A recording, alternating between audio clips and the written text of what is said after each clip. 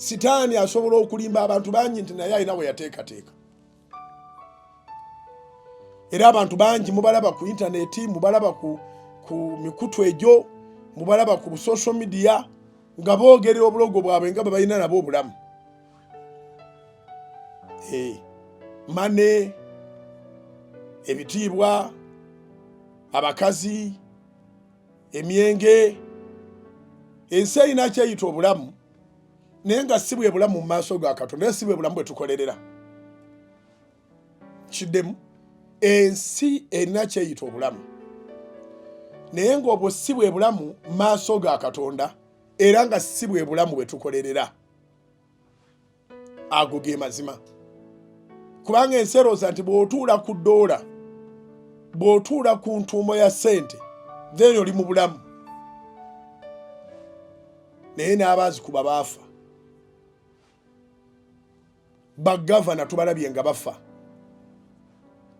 Nga siginica eyiye yeri ku ssente.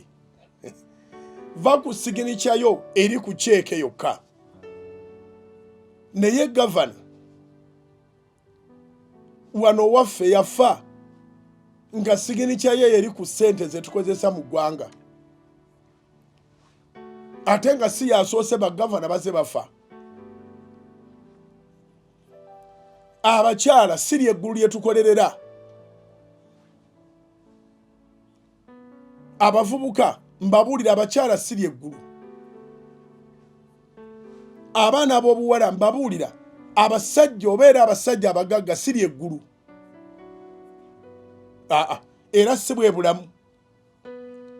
Era ogenda okwekanga nga gobadde osuubira nti akuwadde eggulu, olw'okuba akuwadde emmotoka, akuwadde ssente, akuwadde ebizimbe, akuwadde biki.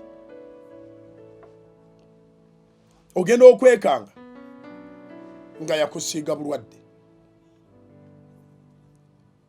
N'owulira nga emmotoka gy'otuddemu ekutamye, n'owulira nga ennyumba gy'olimu ekutamye, ssente n'ozitunuulira nga tezisobola kukyusa musaayi gwo. Weewaawo n'oyo ate alina lipooti nti omusaayi gwe gwalwala ajja kufa.